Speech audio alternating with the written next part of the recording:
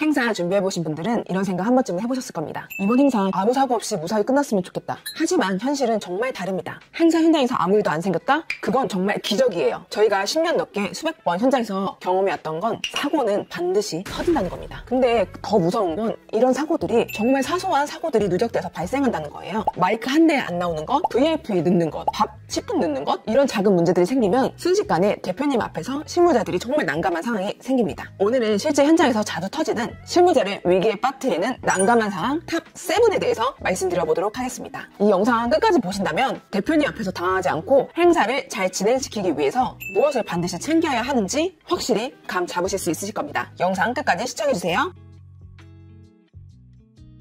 첫 번째로는 마이크 먹통. 보험사 시상식에서 있었던 일입니다. MC가 무대에 올라가서 안녕하십니까 하고 인사를 시작했는데 아무 소리도 안 나옵니다. 앞줄에서 왜 이러지? 하는 순간 뒤쪽 임원들이 동시에 고개를 들었습니다. 행사는 시작도 하기 전에 벌써 이미 불안한 공기가 쫙 퍼졌습니다. 근데 저희는 무대 뒤에서 미리 준비한 마이크를 즉시 건넸습니다. 그래서 MC가 이제 들리시죠? 이어가자 관객들이 박수를 치면서 살아났습니다. 하지만 이런 준비가 없었다면 그날의 행사는 시작도 하기 전에 무너졌을 겁니다. 그래서 저희는 언제나 무대 뒤에서 2대 이상의 마이크를 항상 준비해 놓습니다. 두 번째로는 VIP 지각입니다. 시상식인데 회장님이 20분 늦었습니다. 그냥 기다린다? 그 순간에 참석자들이 불만이 폭발합니다. 저희는 미리 준비해둔 축하 공연을 앞당겼고 그래서 관객들은 원래 순서인 것처럼 즐겼고 회장님은 오히려 뜨겁게 달아오른 분위기 속에서 입장하셨습니다. 다른 행사에서는 홍보 영상을 미리 틀어서 시간을 메꾼 적도 있습니다. 참석자들은 순서가 바뀐지도 몰랐죠. VIP 지각은 생각보다 여러분도 아시겠지만 많이 발생합니다. 그래서 언제든지 순서를 바꿀 수 있는 플랜 B가 필요한 거죠.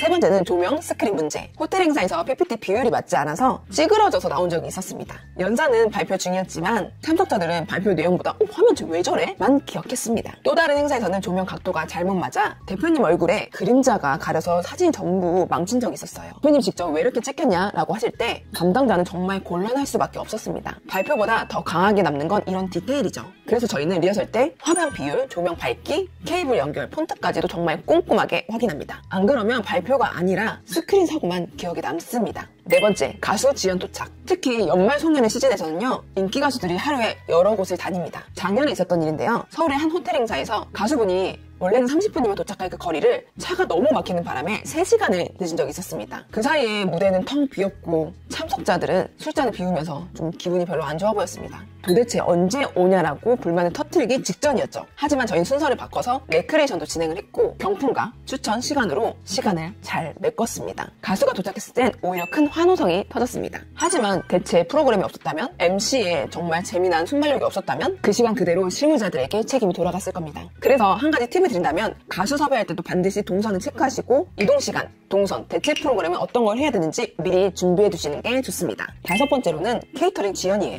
야외 행사에서 케이터링 차량이 교통체증으로 인해서 1시간이 늦은 적이 있었습니다. 참석자들은 점심시간 지나서 표정이 굳어있고 밥 언제 오냐라는 불만이 터졌습니다. 저희는 준비해둔 빵과 음료수를 꺼내서 간단한 웰컴 스낵 먼저 즐겨달라고 말씀드렸습니다. 사람들은 또 웃으면서 기다려주셨죠. 만약 이런 준비가 없었다면 식사 지연은 바로 불만 폭발, 행사 실패로 이어졌을 겁니다. 그래서 언제나 메인 식사 전에 시간을 벌 수 있는 간식이나 대체 식사 플랜을 준비하셔야 합니다. 여섯 번째, 무대 위에서 쓰러짐. 이게 무슨 소리냐라고 하실 수 있는데 예전에 중요한 연설 중에 연사분이 무대 위에서 쓰러지신 적이 있었습니다. 순간 현장은 정적이 휩싸였죠. 저희는 즉시 응급 인력을 호출했고 MC가 준비된 다른 순서로 자연스럽게 연결했습니다. 참석자 대부분은 큰 사고가 났다는 걸 눈치를 채지 못했습니다. 다른 행사에서는 공연자가 무대에서 넘어졌을 때 MC가 괜찮습니다 라고 하면서 큰 박수 부탁드립니다 라고 넘기자 관객들은 격려 박수를 보내면서 분위기가 잘 정리됐습니다. 이런 순간에 그냥 단순히 멘트만 하는 사회자가 아니라 긴급 상황을 연출로 풀어낼 수 있는 MC가 필요한 거죠. 마지막, 발전기 멈춘 사건이 있었습니다. 야외 공연 도중에 전기가 나가서 무대 전체가 암전됐습니다. 관객들이 술렁거리고 모든 시선이 행사 담당자에게 쏠렸었죠. 저희는 준비해둔 예비 발전기로 1분 만에 전원했습니다. MC가 침착하게 곧 복구됩니다 라고 안내하자 사람들은 박수를 치면서 괜찮다라고 하면서 기다려주셨습니다. 야외 행사에서는 전기 사고가 큰 리스크입니다. 그래서 예비 발전차나 전기팀이 서브로 필요합니다. 여러분, 오늘은 행사에서 자주 발생하는 사고